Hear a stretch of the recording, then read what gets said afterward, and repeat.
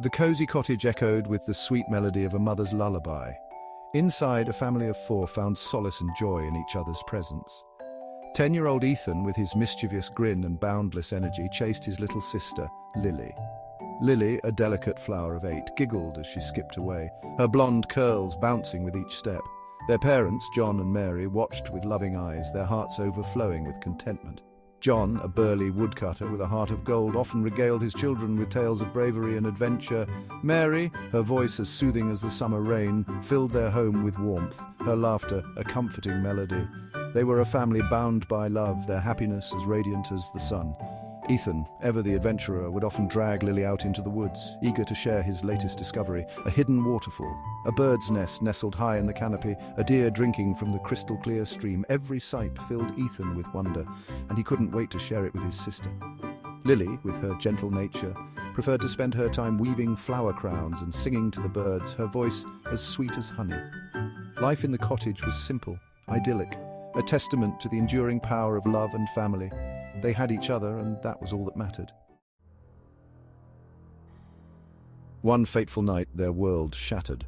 A blood-chilling scream ripped through the peaceful silence of the forest. Ethan, jolted awake by the sound, scrambled out of bed, his heart pounding in his chest. He raced towards his parents' room, Lily trailing behind him, her eyes wide with fear. The door swung open to reveal a scene of unimaginable horror.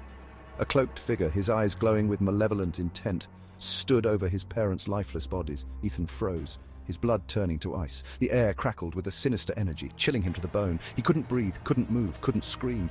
The figure turned towards him, a cruel smile spreading across his face. "You will suffer," he hissed, his voice dripping with venom. "Just like them."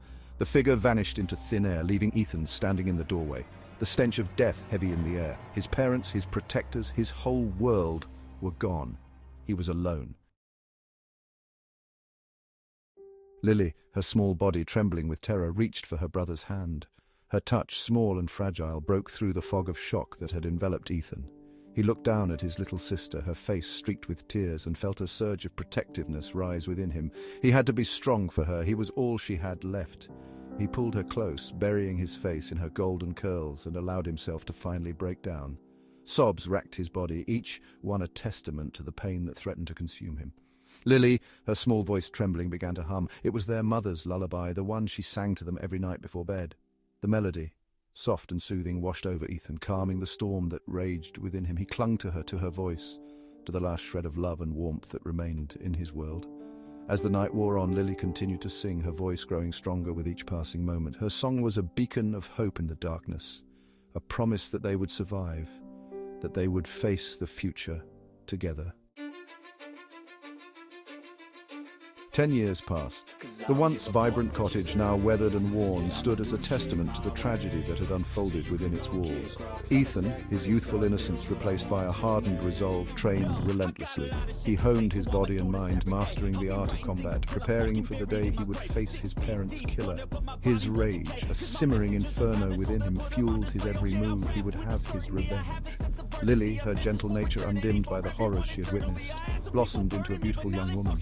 Her voice, now rich and full of life, could still soothe Ethan's troubled soul.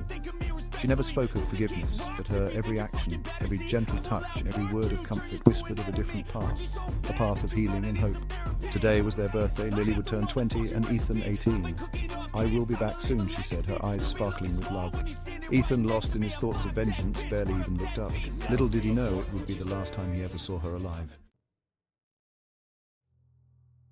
Lily never made it to her brother. As she walked the familiar path through the forest, a cold dread gripped her heart. She stopped, her breath catching in her throat. There, standing before her, was the cloaked figure from her nightmares.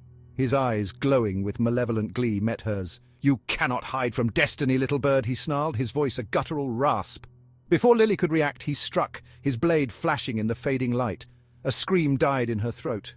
News of Lily's death shattered Ethan, the last vestiges of his humanity crumbling away. Grief, raw and consuming, threatened to drown him, but it was the rage, the all-encompassing fury that finally broke him. His body convulsed, his screams echoing through the forest as a dark power surged within him.